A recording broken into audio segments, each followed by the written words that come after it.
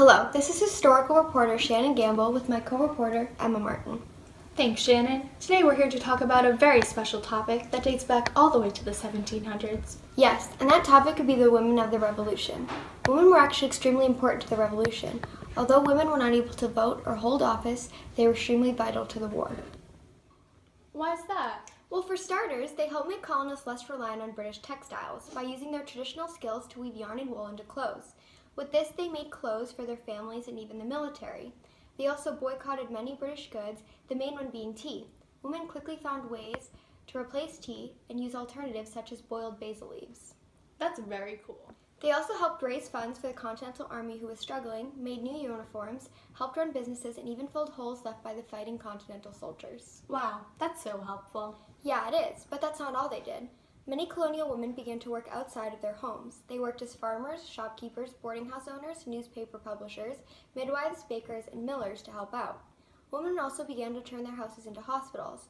All women helped out, even those in minorities. There were many women who had major leads in the fight for women's rights as well. Like who? Like Abigail Adams, who wrote letters to revolutionary leaders and debate women's rights. Mercy Otis Warren, who wrote patriotic plays and poems that made fun of the British. Esther Reed, who organized Women Relief Organization and raised money for the Continental Army. Phyllis Wheatley, who's a celebrated poet, and Deborah Sampson, who disguised herself as a man to fight in the war. Wow, they really helped out a lot. Indeed they did, Emma. However, not everyone saw it that way. Despite all of their actions and help during the Revolution, men didn't believe they should be treated the same way. They weren't even able to vote or hold office. That's horrible. It really is. However, George Washington wrote a letter to William Adis in 1804 regarding Deborah Sampson. Deborah dressed up as a man and fought under the name of Robert Shirtliff for 17 months during the Revolution. In the letter, Washington says that many of the men who worked alongside her said she had handsome talents and good morals. He described her as small, conservative, and smart. She is described as a soldier. Deborah was wounded in war and lies very ill. Washington believes she is deserving of money and being paid for the work that she has provided them. He hoped that they would do everything in their power to give her the relief that she deserved. She was obviously a very honorable woman. Indeed. As you can see, women were extremely important to the American Revolution. Without women, there is no way the war would have ended in the way it did. Very interesting, Shannon. Next, we have a reporter on the scene who is interviewing a very interesting woman whose name you should all know. Saachi, we're coming to you on the scene. Thanks, Emma. I'm here with the First Lady of the White House, Abigail Adams. Thanks for having me, Saachi. Abigail, it's such an honor to be meeting you. You have changed the lives of so many women of the Revolution. I was wondering how this all started. What's your background? Well, I was born in Weymouth, Massachusetts in 1744. I grew up in an amazing family with my parents, William and Elizabeth. My father was the Congregationalist minister, and he went to Harvard University. From a young age, I always had an interest in learning. I taught myself arithmetic, writing, and reading using my father's extensive library. I even started a journal when I was younger. Interesting. Do you think that you received the same level of education as the boys your age that were attending school? Oh, I wish. I still struggled with many things, such as spelling and writing, due to the fact that I was self-taught. Oh, I see. So one of the questions I've been dying to ask is, when did you and John first meet? Oh, I met John when we were 15 years old. My soon-to-be brother-in-law introduced me right when he graduated from Harvard. We bonded over many things, such as books and politics, and 2 years later, on October 25th, 1764, we got married and lived in Quincy. Wow, 1764. That was the start of the Revolution. What was your job, and when did you realize that women were not treated the same as men? I also am well aware that you had 5 kids. How was that like? Well, it was always obvious that the men were the ones who did the fighting and the business work, while the women were expected to stay home and take care of the kids. It wasn't until later in my life when I realized that I needed to start speaking out to colonists in general about how badly women were being treated, and having 5 kids while all this was happening was obviously hectic. Say that we flash forward a few years to 1774, when John left Boston and served for the First Continental Congress. How was life like when John was under the public eye and was constantly traveling? How did you deal with the absence of John? I don't believe that a woman should have to rely on a man, but it was hard to take care of 5 kids while John was gone. I dealt with it though. I educated my kids because I feel that education is one of the most important things in the world because it drives the future. And at this point, me and John began to exchange important letters. I'd have to agree on that one. As the war furthered, how were you and John involved? John was a lawyer, so he was always involved in the war, while I stayed at home and lended a hand to the local militiamen.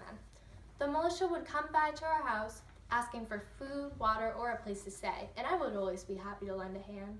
Sometimes it's the little things that count. In the letters you wrote to John, what were some of the main topics? John and I's letters mostly just talked about our daily lives, our concerns and fears. Actually, I have one letter here that was called Remember the Ladies. It dated back to the time where John was writing the new coat of arms for America. I said to him, in the new code of laws, which I suppose it will be necessary to make, I ask you to remember the ladies and be more generous and favorable to them than your ancestors.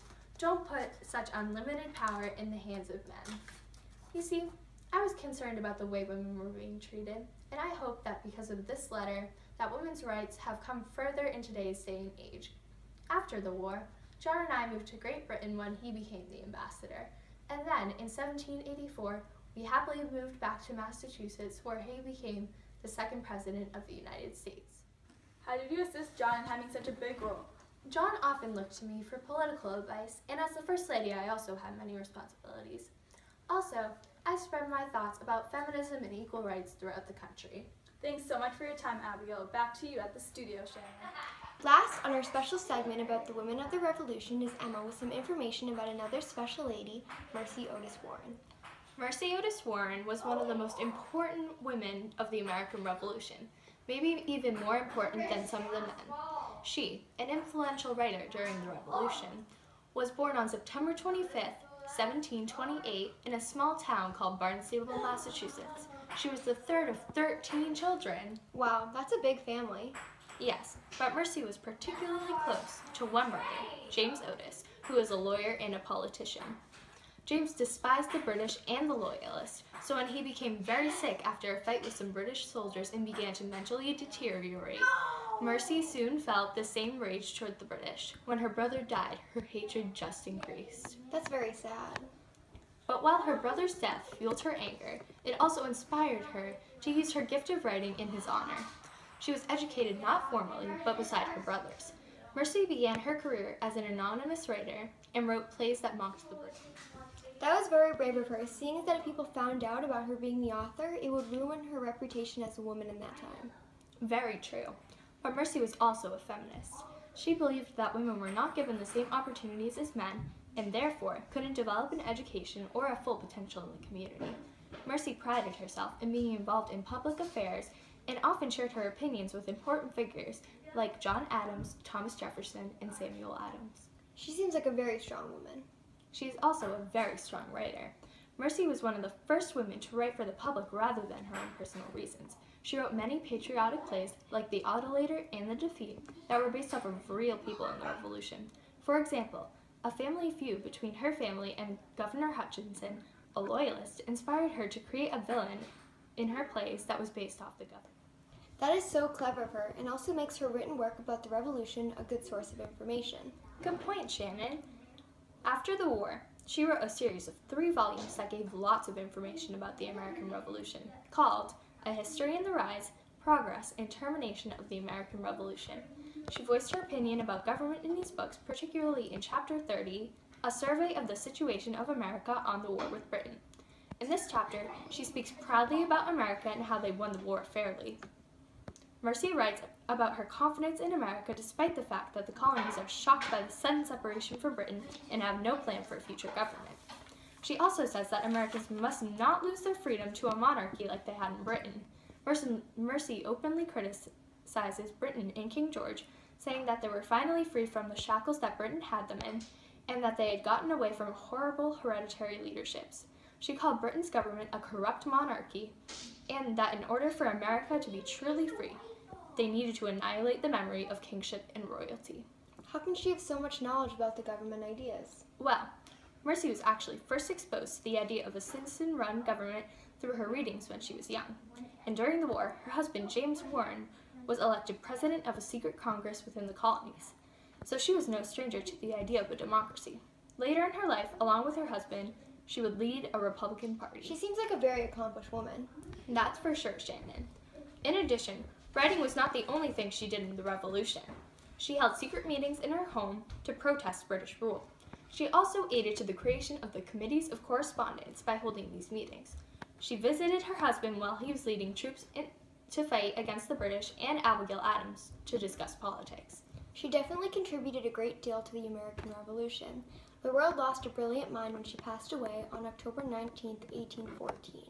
Well, that's all for today on our topic. See you next time on Channel 4 Breaking News in History. This is Shannon Gamble, signing out.